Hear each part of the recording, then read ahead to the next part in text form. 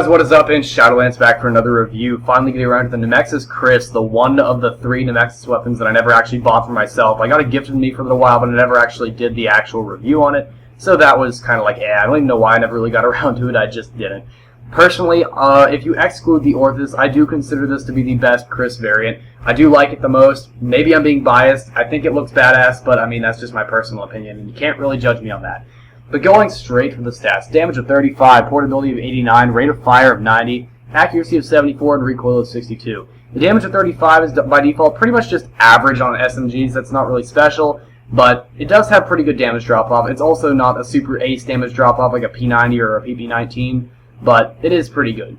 Portability of 90 puts it right up there with the average of 90 to 88-ish, in that range. So it's right up in there, very, very high. Rate of fire of 90, also very high. That is today's standard. It's pretty rare to see one that's higher than 90. I think there are a couple that have like a 91 or a 92, but yeah, rate of fire of 90, very fast.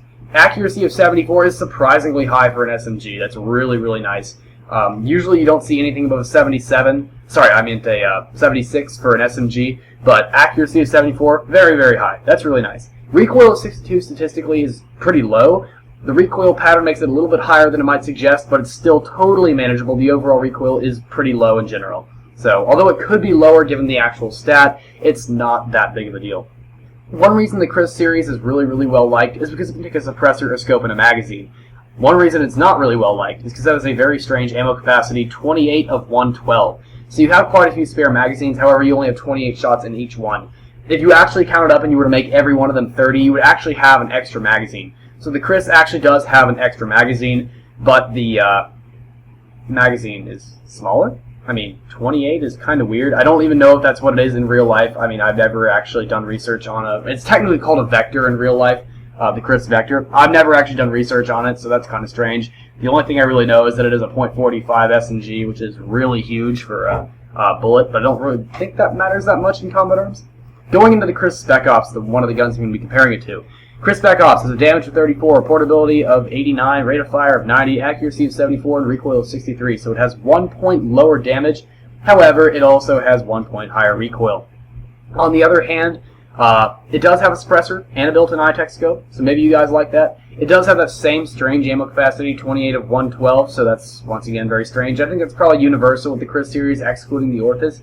Although I just realized something. That means that each Orthus having that many shots, 35 shots, that doesn't make sense. It should be 28. 28 times 2, that's like, what, 56? You should have 56 shots per mag, not 70. What the crap is this next on? Can't do math.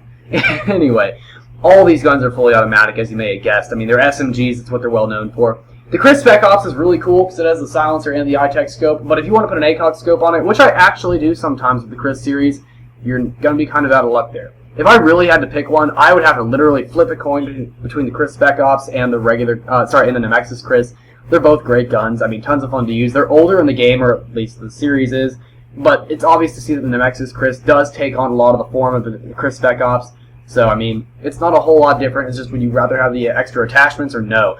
Keep in mind, though, if you do want to put a silencer on the NEMEXIS Kriss, it's going to lower the damage. So, however, there is one thing I did notice. The NEMEXIS Kriss has a much better damage drop-off than the Kriss SpecOps. It's pretty noticeable, but it's not game-breaking. That's what I want to say. It's not gun-breaking. The Kriss SpecOps is still totally usable. Another thing that I'd like to say about the Kriss series in general, this applies to every variant of the Kriss, especially including the Orthus, as many of you guys know. It has a pretty low-feeling recoil, as I said before, but it has a very high accuracy. The spread never gets super big, and the spread recovery, although it's just mediocre, starts out very, very small, so that's really good. Just in general, it's a really, really fun gun to use. Love using it. It's decent for competitive gameplay, but it's just another SMG, really. I mean, you can try out the Kriss. I'm going to go ahead and list off the stats for that. The regular Kriss is available at Sergeant Class 2. However, stat-wise, damage is 33, portability is 89, rate of fire of 90, accuracy of 72, and recoil of 64. However, it has 28 of 84 ammo, so it has 1 magazine less, which is also, once again, kind of a pain in the ass, but, you know, you gotta suck it up and live with it.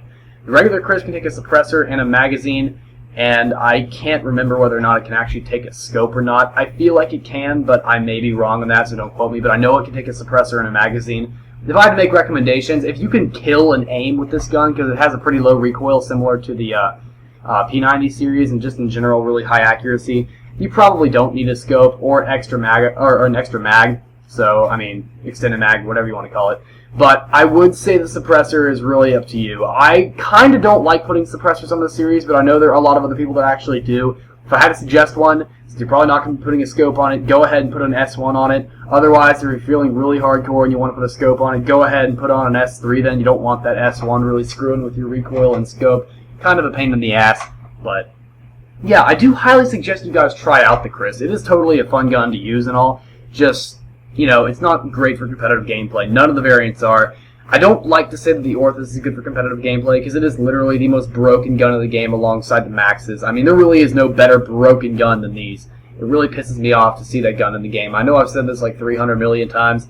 Hate the Orthus with a passion. Same with the Maxes. They don't belong in this game. I think the Legion is just kind of cute. I like the Legion. It's like, oh, you have a minigun. It's cool and all. I mean, like, it's just a slightly better minigun, so it's not really game-breaking, and neither is the Azazel Revive. It's still an assault rifle. You still have to point and click. So, I mean, yeah. I mean, I know the Orthus is kind of the same way, but the Azazel is not as overpowered as the actual Orthus is.